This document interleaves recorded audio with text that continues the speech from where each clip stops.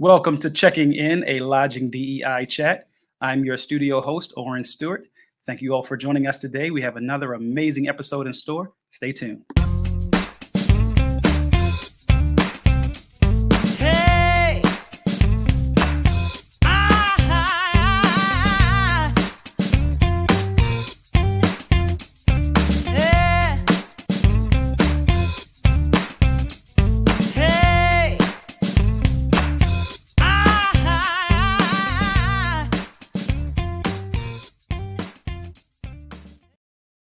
Again, thank you for joining us here at Checking In. I'm your studio host, Oren Stewart. Now let's introduce our host of the show, Dr. Miranda Kitterlin-Lynch and Mr. Leon Thomas. How are you both doing? Doing great, doing great. How are you? I'm doing well, Miranda. How are you? Excellent. That's good. Leon, how are you doing? Hey, Oren, everything is groovy. Miranda, how you doing? Same, groovy. That's good. Good. That's good. It You all doesn't have sound as amazing- cool when I say it, though. Yes, it does. It does. It does. I'll tell you, I look so forward to seeing you all both each episode. Have a great show, you guys. Thank you. Hey, thanks. Can I just tell you something away from hotels and all that stuff real quick? Can I just share something with you? Absolutely. Here's something that's groovy. Let's talk about racquetball. Yes. The kids at Racquetball Revival, that's racquetballrevival.com, participated in a tournament this past weekend. And we won 2 youth divisions out of 3. Amazing. And 2 of our players played in mid-level adult divisions and won championships. That's Yes. incredible. Congratulations to them. Yeah. They are rocking on, which means now they have to go up and play higher levels. So we'll see how that goes. So everything is groovy on the racquetball front. Maybe we'll get you and our guest today to come play some racquetball, Miranda. Huh? What do you think? I'd love to. I'm going to show up one day. All right, looking forward to it. Here we are at episode number. Oh, man, I didn't prepare and look it up. 17? That sounds good. Let's go with 17. Let's go with it. Episode 17 it is. We're here at Checking In, a Lodging DEI chat.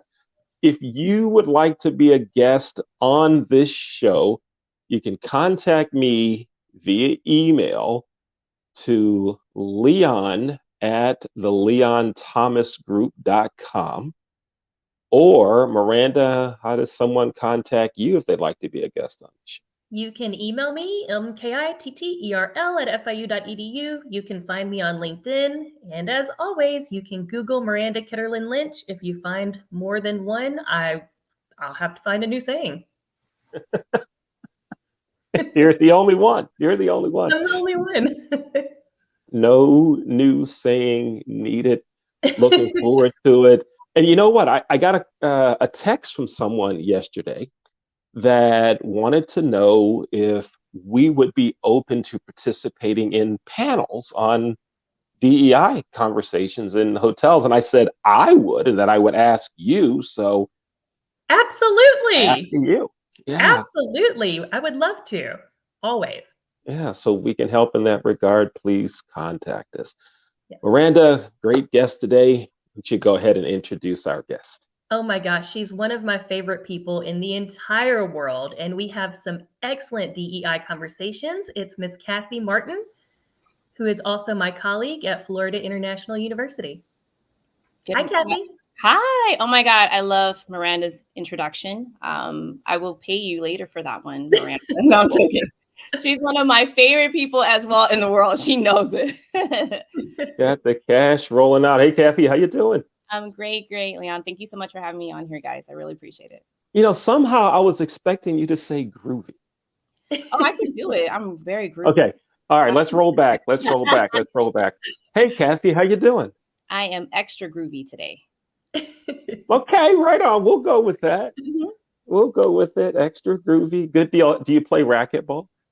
No, I don't. I am down to try. I hope that there's nothing like, there's no awards or anything. As long as it's a practice trial, I'm there for it. Oh, yes. Everyone gives racquetball a try. It's the coolest sport ever. When we have our next Try It Out event in Baltimore, we'll make sure you're invited. Absolutely. Absolutely. We can go together, Kathy. Yes. And then we can have crab cakes because I'm going to Baltimore. I need to have crab cakes. So. Okay, well, since you brought it up, let's have that conversation now. Have you had a Maryland crab cake before? Yes, I have. My dad actually used to go to Baltimore quite often. He was going to the Hopkins Medical Center there. And while he was there for about 2 weeks, he had the best crab cake of his life, as he told me. And I said, well, that's not helping me because I love crab cakes. He says, well, I love you dearly. So I'm sending a box of fresh crab cakes to the house. And honestly, the best ever crab cakes I've ever had. In Baltimore. In Baltimore. So I forgot the name of the restaurant that he went to, but they actually will freeze them for you. They'll just tell you when it's being delivered. You put it in the oven or hook it up. And it was the best crab cake. I am okay with saying that today. Absolutely. Yes. You can come back on the show. Yes, you can. Yes. Miranda, remember we had the one guest on, they said they had crab cake in like Kansas City at a barbecue joint? Yes. I thought you were going to have a heart attack. Like, no. Yeah. So, right on. So, Miranda, how do you know Kathy? Give us some background on that and let's talk some. Yeah, Kathy and I are colleagues, like I said, in the Chaplin School of Hospitality and Tourism Management at Florida International University. Kathy was once my student, but moreover, she is a very dear friend and she is a huge resource for our students. She is just phenomenal. Thank you. Thank you. Kathy, did you want to add anything? Do you want to share your title? So I am the Assistant Director of Career Development at the Chaplin School. Basically, my role, I work with all of our hospitality students and helping them to aspire their career goals. So if that is doing personal career counseling, getting their life together, that's what some of them students say. But in addition to that, I also am an adjunct professor. So I teach human resources management, introduction to hospitality and tourism management, and also our internship class. So a little bit of some other stuff I do there too. And prior to becoming a part of this academic world, can you tell our listeners a little bit about your industry experience? So I would say that I am a true bred hospitality individual. I left the industry after almost 14 years. So I worked in cruise lines, property management, hotels, human resources was my baby. That's where I fell in love. And honestly, I loved working in the industry. My students always ask me, why did you leave? And I said, I always feel like, life will take you in different directions. And I got a great opportunity to come to FIU. But my first love is hospitality. Awesome. Thank you so much. My pleasure. So tell me, in your industry experience, did you see a lot? Because right now we're seeing a lot of push for DEI, right? Yeah. And whether it's lip service or true motivation to change, in your industry experience, did you see that same push or that same conversation, or do you feel like this is a relatively new buzzword that people are throwing around? I wish that I could say that when I started, there was such a push, or like I kind of call like now there's like a whole little scope now on companies and seeing like who are in their C-suites, right? And if there is diversity within there. Back in my days, there wasn't a lot of that push. I mean, I was very fortunate that I had some great mentors. And they used to always tell me, you have to be your own voice. You need to speak up and say what your aspirations are, what your goals are, get into professional organizations so that you basically don't hit this glass ceiling, which I didn't understand what that term was. But it happens, So I try to definitely make sure to get myself out there. But as much as we're hearing it now, unfortunately, let's say after, what happened with George Floyd, no, there wasn't that much buzz or talk about it. It was just something that I think amongst peers and colleagues, yes, we would have these honest conversations of like, I don't see people like myself in higher positions, let's say above a director, right? I don't see my VP looking like me, but there wasn't that push. Wow. That we did have that big push, right? Right after George Floyd Floyd's murder, and you heard all of the companies, well, many of the companies talk about they wanted to improve the work quality for their Black and minority employees. They wanted to bring more people of color and other minorities into the C-suite. Now, here's something interesting. There's a hotel company, a brand, one of the franchise companies that's having a meeting this week in Baltimore. And someone that works for that company sent me a text that said, I'm looking around the room now, and I don't see more minorities in the room now than I did 3 years ago. And these are all corporate employees. And I texted a friend who works for another franchise company, and they said, yeah, it's kind of the same, that the conversation was there when business was down. That was the thing they were talking about. But now that business was up and now the economy is in question about what's going to happen, that's kind of all gone away. Have you heard anything like that? What's been your sense, Kathy? Are we still talking about it, doing it, or has that kind of faded away? So there's like two aspects to it, if I'm going to be, 100%. So we do obviously have partners out in the industry in various sectors of hospitality. They've come to my classroom, and there is still a talk and push to say that they want to increase diversity, especially in more senior leadership management roles. However, and I have seen, let me pause with that. And I have seen a lot of companies really trying to develop management development programs that are kind of more aimed at growing kind of a little bit more faster rate these leaders. And they are focusing on making sure that there is diversity in that. But then there's another part to it where I was in an event the other day, and one of the colleagues, or the person actually sat next to me, we were talking with my colleague, and she goes, you know what, Catherine, I was at this award event for hospitality professionals. And I go, okay. And she goes, not one person up there who won an award in a leadership management role looked like you or I. And I was like, and I wanted to be surprised. I wanted to honestly be shocked, but I'm not. Because we've sat in countless meetings where I look around and there is not a general manager or a VP that looks like myself. So unfortunately, when she said that, I looked at her and I go, it's sad, because how many years have I been in the industry and left? And it's still the same conversations that we're having. But I'm not shocked. It's just more saddens me and disappoints me about why are we not still seeing that representation, at these levels, or even at, like, for example, at awards for even senior level management roles. Right. So I want to ask you two questions. The first is simple. In your industry career, how many GMs of color did you have? None. Not surprising. Not great. Not surprising. And then why do you think, candidly, why do you think that is?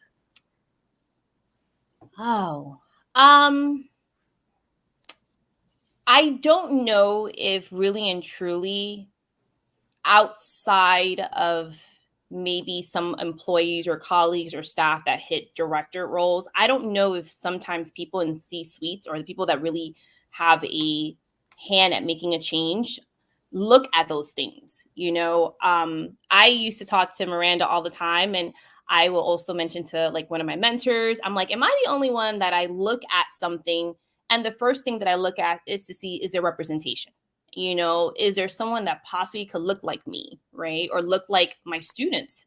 And I was in a DEI panel not too long ago. And, one of the panelists said, it's so important that we look for a voice, but also look for like someone to be on your team, almost like an alliance, right? And even if the person doesn't look like you, if that person has a push or a pull to like speak for you, make sure you let that person know what your goals and aspirations are. And it resonated with me because someone told me that like 20 something years ago when I was in the industry, right? Because she says, not everyone sits back and says, I don't think that we have an assistant general manager that is a woman. Or why don't we have a GM that is a person of diverse ethnicity? I don't think that people sit back and have that conversation. More as a business, right? Is the hotel running? Are we making revenue? How are our rates on TripAdvisors and things like that? So when she said that, it resonated with me because we were having a conversation with a VP of Human Resources for a huge hotel brand. And it touched me that she was very candid. She says, what I'm doing now is, and what we should have been doing many, many years ago, is at these conversations or these meetings where I have a chance to speak with, like, let's say the CFO or this high person, and just being honest and say, hey, I pulled a report, and across X amount of our properties, we don't have one general manager that is African American, or we don't have one that is Hispanic. And she says, it's our time now that if we have a chance to be a voice and speak up and say there needs to be change, we have to do something, then let me start with that. So I felt like I'm glad, and I hope that other companies are doing that. But I think that's part of the problem. I don't think that a lot of people are sitting back, or a lot of corporations are really sitting back and saying, hey, you know what, if we're going to be honest, we don't have any GMs, right, that are African American or Hispanic or Asian, let's say, for example. I don't know if those conversations are really happening, and saying why. What is it? Why? Where is the glass ceiling stopping them from being able to get to those positions? That is such a valuable point that you make. And I think that it is easy to get caught up in the operations of things and then lose sight of like what your organization could really benefit from, right? And you talk about having someone who will speak up for you. Our last guest, Lan Elliott, calls these champions. And I think it's so important not to just have a champion, but when you get into the position to be a champion for others. And I know you and I have talked about that before too. Tell me something that you think could be the first step, other than speaking up about it when there's people who are in decision-making positions. What are other steps that someone who looks like me could take to help move the needle, to help increase representation and change? Oh, that's a great question.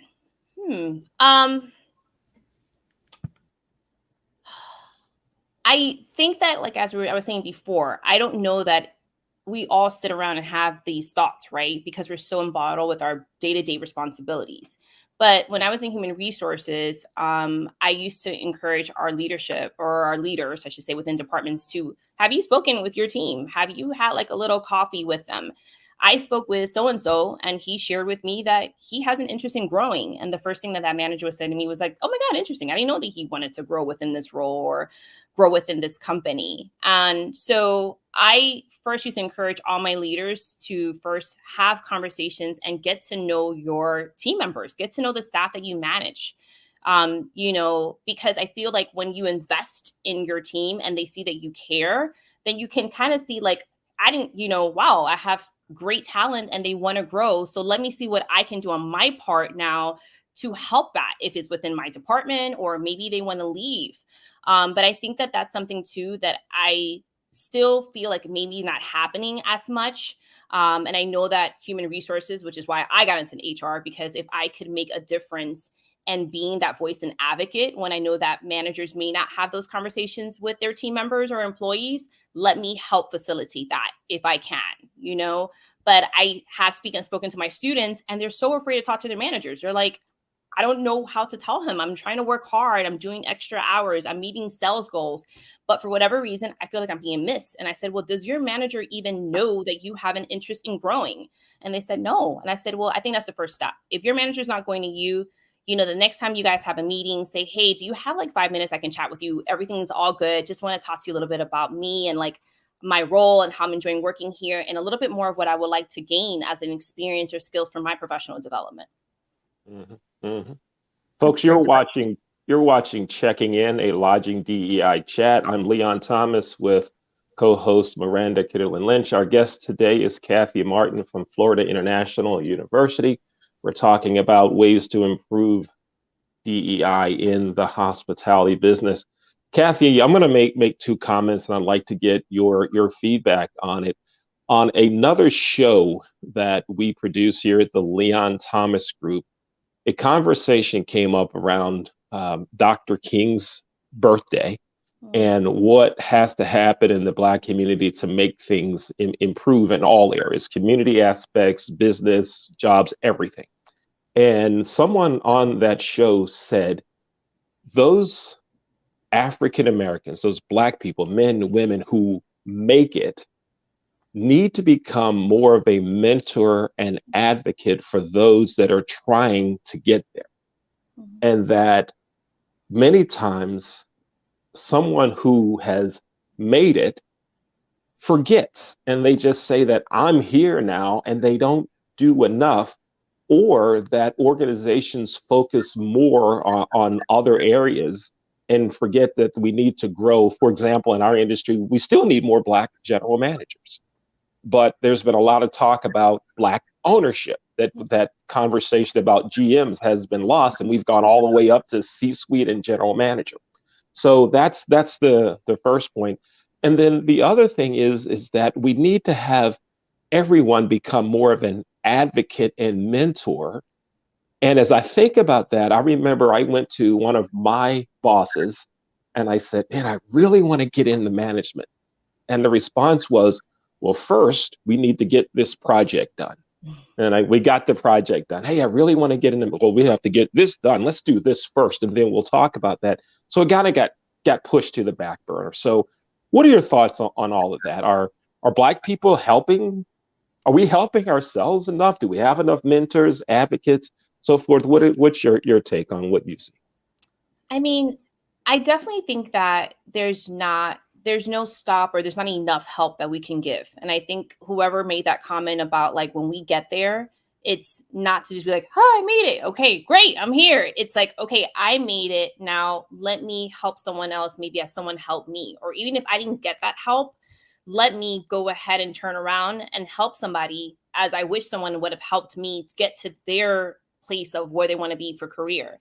And like I said it before, that's why I went into human resources, because if I can make that change and be that voice, even though like I was not HRD, it didn't matter. If I could have like my foot in the door to speak to the recruiting manager, to say, hey, I have an amazing team member. Don't think that she spoke to her manager, or she did. And the manager mentioned it's coming, but months have gone by and I'm scared we're going to lose her, you know?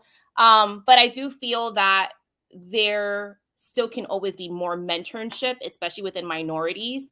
When I speak to high school students, I tell them like, they're social media like experts. I'm still learning how to work Instagram. It's embarrassing. However, I tell them like, if you want to be, I don't know, a revenue analyst, or if you want to be a GM, or you want to be a doctor, whatever it is that your passion is, go to this amazing, easy website called LinkedIn. And what's the worst that can happen if you ask to connect with somebody? Don't ask for a job first. Don't go for a job. Ask for, can I bother you for 20 minutes for guidance? I saw your profile, and honestly, that's what I would love to be in 10 years, but I don't know where to start. And you just never know. Well, two things can happen, or maybe three. Number one, they can say, I'm kind of busy. Number two, they can say, I can't meet right now, but I can definitely, or I can connect you with one of my colleagues who's in a very similar role as me and can help you. Or yeah, I'll take those 20, 25 minutes. A lot of people are willing to give back, or maybe they just haven't been connected with like alumni resources or things like that. So I feel like it's a two-part role. I do feel that people, when they get to where they're at high, that they should not just say, okay, celebrate me, it's me now. Give back to your community, give back to your high school, to your alumni, like whatever it is, give back, because there's really talent there waiting that just would feel more comfortable just getting some guidance, really and truly, before even a job offer. And then I do tell everyone, you gotta also advocate for yourself and try to find someone that can open those doors. I'm very blessed. Dr. Kitterlin and I, we have a great relationship. One thing I appreciate about her is she will push me. Oh my gosh, she will push me. We've had some very clear conversations where she will call me out on some stuff that I need to be doing. And I appreciate that. I really, really do. And then I also have like another mentor who, just like you, Leon, I told her I have this crazy dream and aspiration of doing some stuff. And she's like, all right, let's make it happen. And I'm like, what? I wasn't used to that. I was used to, not yet. I need you to work on this. And then, but we're going to keep that in mind. We'll come back to that when you're 90 days, like whatever when we do our evaluation, but it never happened. So I appreciate having people in my corner that if I can share with them and maybe they could have a voice to open a door, an opportunity for me, or even speak for me, I appreciate that. But I also make sure that, what is it, squeaky wheels get the oil, whatever that saying is. I think it's important for us to remember that for ourselves too. Yeah. Miranda, before we take it to you for our next couple of minutes, Kathy, you talked about the importance of networking. You talked about reaching out to someone on LinkedIn. Point one, that's how Miranda and I met, was through LinkedIn, right? We've talked about that some, but I wanted to emphasize it again. And the other thing is, I get college students reaching out to me on LinkedIn, and more often than not, it's, can I have your email address? I want to send you my resume. Are you hiring? Do you have a job? Do you know anybody that is? And I'm like, you seem like a really groovy person. Let's talk. Let's get to know each other. Yeah, but I'm looking for a job. I'm like, oh, come on. Let's network. Let's talk. Let's chat. Slow it down a little. And it's not only that, it's salespeople too, right? Yeah. They all want to sell you something. So I just thought I'd throw that in before we take it to Miranda. It's funny that you say that, because I was just recently at a graduate conference for hospitality and tourism students, and a faculty member was saying, our students, they're not networking. Do they not know how? Do they not see the value? We need to be spreading the message that networking is so important, because our industry, while it's so large, it really is small. So I'm glad that you mentioned that. Do I have time for one or two questions, Leon? This two is good. Yeah, we're good. So you mentioned the late Dr. Martin Luther King Jr., and one of my favorite quotes is, our lives begin to end the day we become silent about things that matter. And that's one of the reasons I love doing this podcast and having these conversations. I wonder, Kathy, in your experience as a woman of color in the industry, or even in education, were there ever times where you did not feel like you could say something? Were there times where you felt intimidated into silence? I think it's a little problem with me being intimidated because I have a mouth. Dr. King knows. But no. Honestly, there was a time where it's kind of like weird. Like, what's happening. You can kind of prove it, right? That there may be a little bias or a little unfair treatment. But you don't want to say something, even though you want to say something, for a lot of reasons. I guess there could be a little bit of fear. There could be a little bit of like, oh, this is going to turn into something bigger. Or will someone really take this seriously and be like, okay, why is she feeling that way? Let's just really think about this. And I know from speaking with my students that this is still happening, where for obvious reasons, and some of them is very clear. Like, they've shared with me things that have happened, and I'm like, oh my God, you have to speak up. You have to say something. But it's sad that in 2023, because I just had a conversation with a student about a week ago about something similar, there is a sense still of like kind of hushing it up, or like, I don't know if this is going to even make a difference. I don't know if someone's going to listen to me, right? Or are they going to be like thinking that I'm trying to make this like because I'm Black, right? Or something like that. So yeah, I have. And I think that my dad used to always tell me, and my mom still tells me, like, change is not going to happen unless someone says something. Like, you have to do it, but you also have to speak up. So I just always tell my students, you have to say something, and don't let anyone intimidate you or make you feel like, no, let's not say anything, because sometimes even it could be in large corporations, they don't want to get a bad look about, God forbid, if something comes out like that. Right. But I think that's part of Dr. Martin Luther King's work. I think it's part of so many people that have made things possible for changes for so many of us today and for our children, that you have to speak up, and you have to, even in like when you feel afraid or you feel like, hey, there may be some repercussions for this. Yeah, no, absolutely. Really good points. And if anybody needs help speaking up at any time, contact me. I'll use my middle-aged white lady powers for good. She will. My last question for you is, what would you tell your 20-year-old self? And it can only be one thing. One thing? I gotta cover a lot of stuff she could change. Man, I think, oh gosh, I shared this with somebody the other day, and I would tell her, don't let fear of change like stop you from like doing something different out of your comfort zone, you know? And I had a crazy opportunity to live outside the country, and it's outside the country, you know, like it was different. Mom and dad were probably going to have to visit me, you know, I don't know, when I took a vacation, but I look back and I'm like, why did I stop myself? And I think it was just change, you know, and afraid to take that leap, and, you know, not being able to just be by myself in a whole new country. And now I have 2 kids and my husband, you know, so it's really different, and I love my job. So really and truly, like, don't be afraid of change. Take that leap, you know. I love that. I love that. Before we let you go, Kathy, I just have to give you a shout out. Leon, remember I told you that I was assigned the baked mac and cheese for Thanksgiving? Oh, yeah, yeah. Kathy is the one who gave me the recipe and held my hand the whole time. Down. Uh-huh. See it, Miranda. Let me see it. Okay, so Kathy, you're into crab cakes and mac and cheese coaching. I have to. I think all of us should share the love of how to make great mac and cheese. It's not in that for blue sure. box.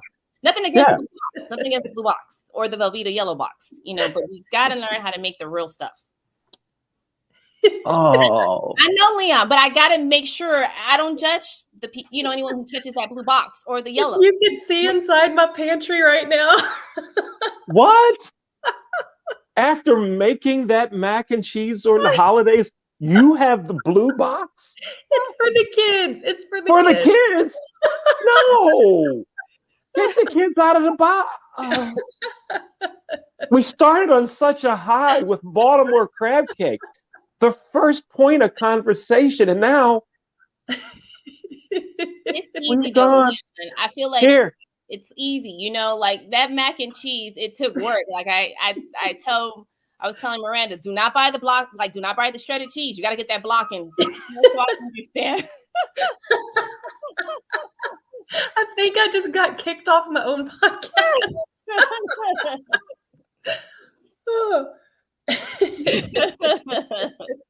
Wow. I'm going to redeem myself. I'm going to make a baked mac and cheese tonight.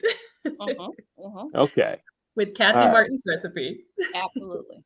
All right. We'll go with that. Right on.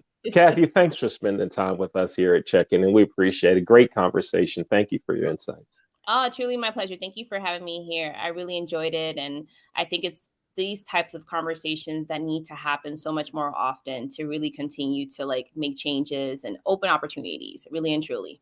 Yeah. Thank you. Thanks so much. Again. Thank you. Oren, how you doing? Oren, great conversation. Oren, tell me you don't have the blue box in your pantry. You know, I was laughing. I'll tell you something. I guess you'll definitely kick me off now. I don't even eat macaroni and cheese. I'm not a macaroni and cheese. Never had it. Maybe bring Kathy back in. Bring Kathy back in. Kathy, he doesn't even eat mac and cheese. No, my wife and my kids, they love it, but I'm the only one that sits at the table and does not eat macaroni. I'm not a cheese guy. I'm not a really big fan of cheese at all. Oren, I don't want to judge you. It's almost like my mouth went open when you said I don't even eat mac and cheese. Not at all. Wow. Not at all. I'm telling you, I'm the only person at the table, and my wife and I have 5 kids, so you can imagine what that table looks like. And I'm like, I'll push it back. Leon's gonna fire us both. Yes, indeed. I said, we should say today's the last show. No, folks, we had it. We had a great 17 episode run. Yes. This is the last show. If you're signed up to be a future guest on Checking In, a Lodging DAI chat, it ain't gonna happen because we have folks who don't eat mac and cheese. We've had a guest on who said they had crab cakes in Kansas City. We have our host who has a blue box, a pantry full of blue boxes. I'm done. You guys finish up. I'll just sit here. No, that's all right. Kathy started us off on a good note. She got your crab cakes, Leon, and she's helped Miranda with what it was during the holidays. So look, we're good to go. We're good to go moving into this new year. For all macaroni and cheese lovers, enjoy. Yes, indeed. Yes, indeed. What another great episode of Checking In, a Lodging DEI chat. We so appreciate you all for joining us. As you see, we have fun here. Make sure to continuously tune in as we will have more great episodes to come. Take care.